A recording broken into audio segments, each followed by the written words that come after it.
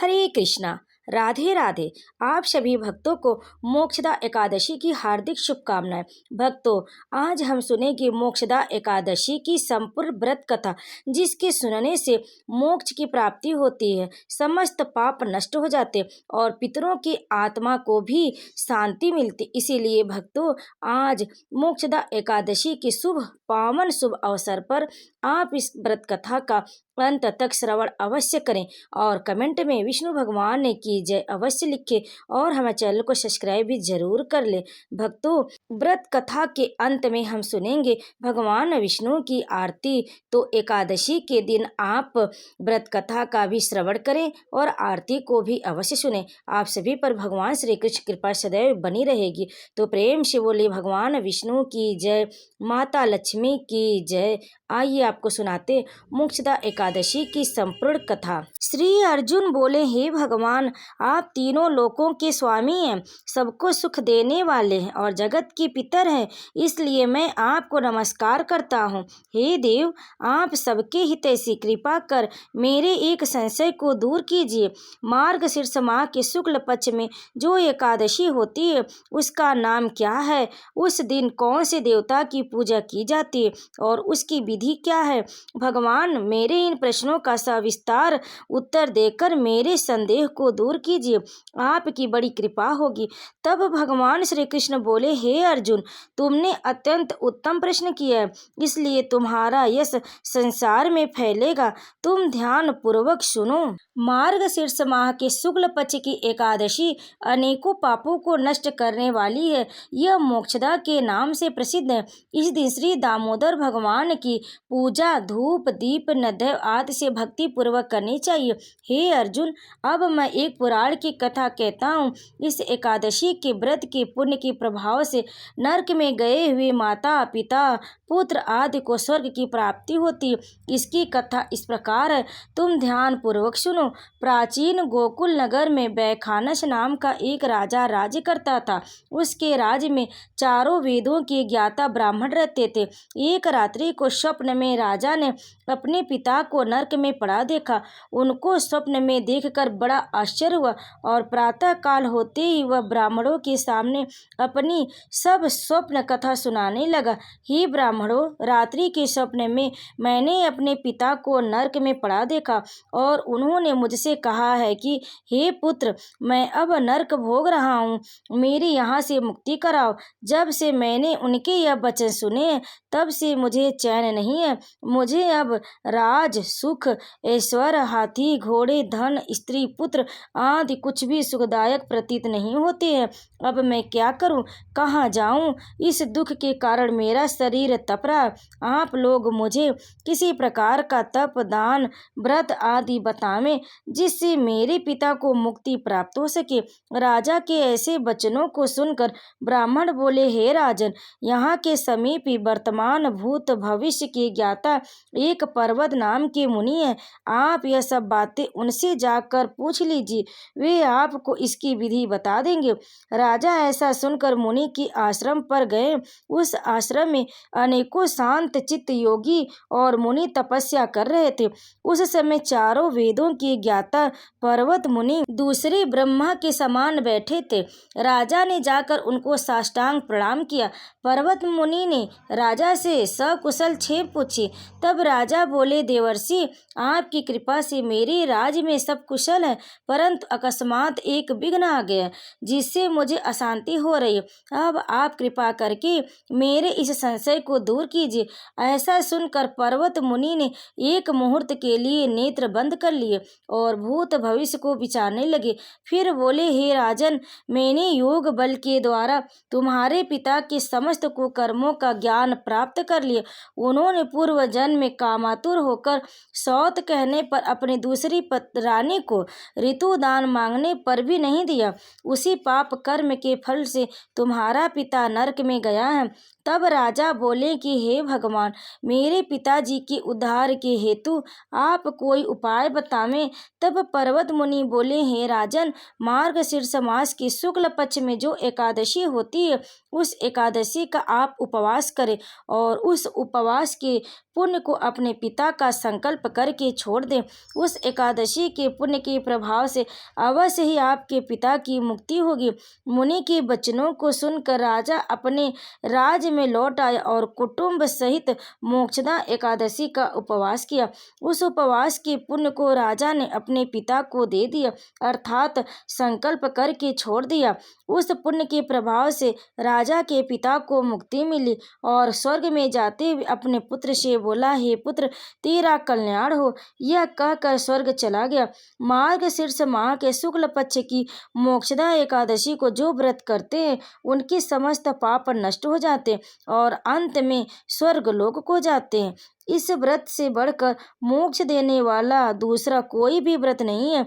इस कथा को सुनने व पढ़ने से वाजपेय यज्ञ का फल मिलता है। यह व्रत मोक्ष देने वाला चिंतामणि के समान है। तो प्रेम से बोलिए भगवान विष्णु की जय, भगवान श्री कृष्ण की जय। भक्तों, एकादशी व्रत का फल 1000 यज्ञों से भी अधिक है। ऐसा सुनकर अर्जुन ने भगवान से कहा, हे भगवान, एकादशी के पुण्य को अनेक तीर्थों के पुण्य से श्रेष्ठ तथा पवित्र क्यों बतलाया गया?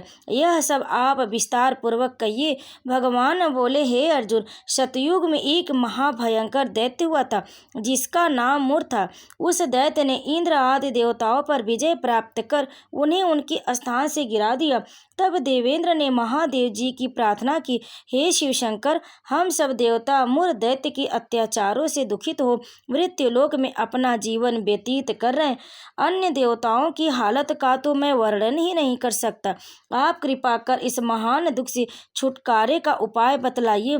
शंकर जी बोले, हे देवेंद्र, आप विष्णु भगवान के पास जाइए। इंद्र तथा अन्य देवता महादेव जी के वचनों को सुनकर क्षीर सागर में गए, जहाँ पर भगवान विष्णु शेष शैया पर शयन कर रहे थे।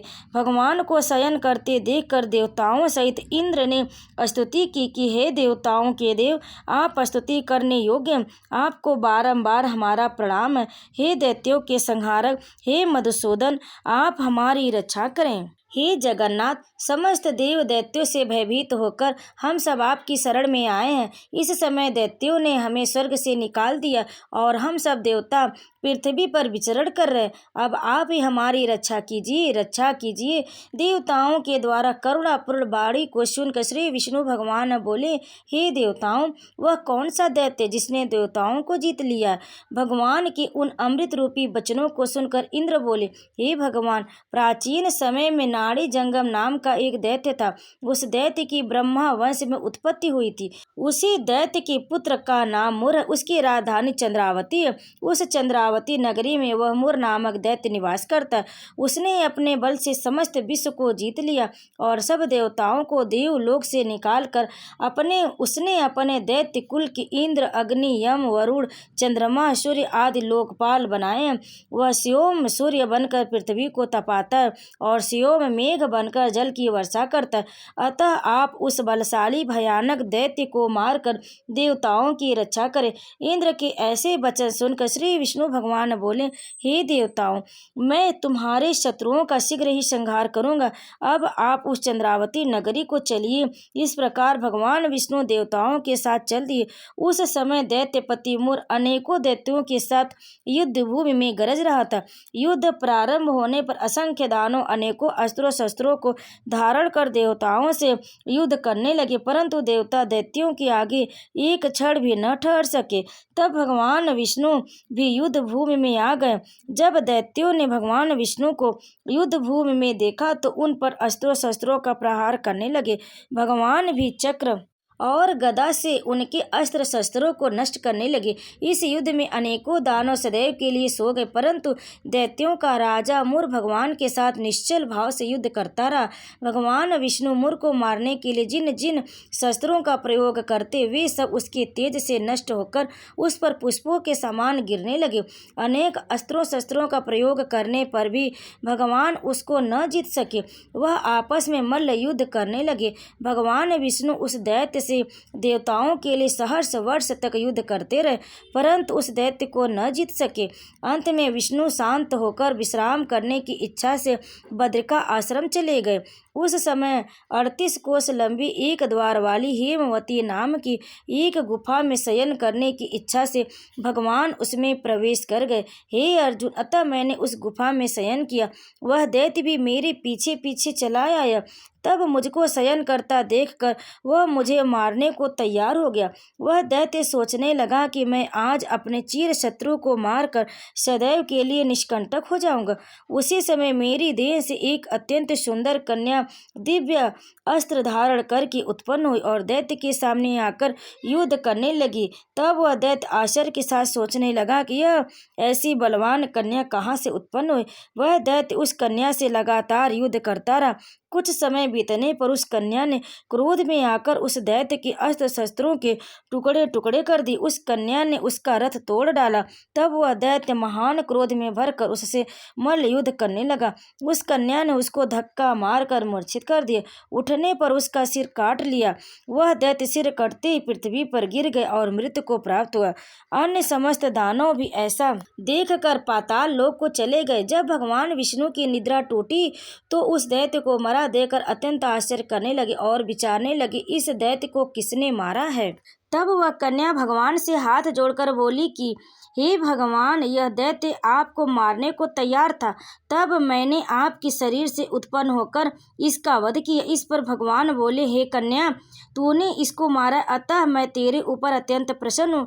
तूने तीनों लोकों के देवताओं को सुखी किया, इसलिए तू अपनी इच्छानुसार वरदान मांगो।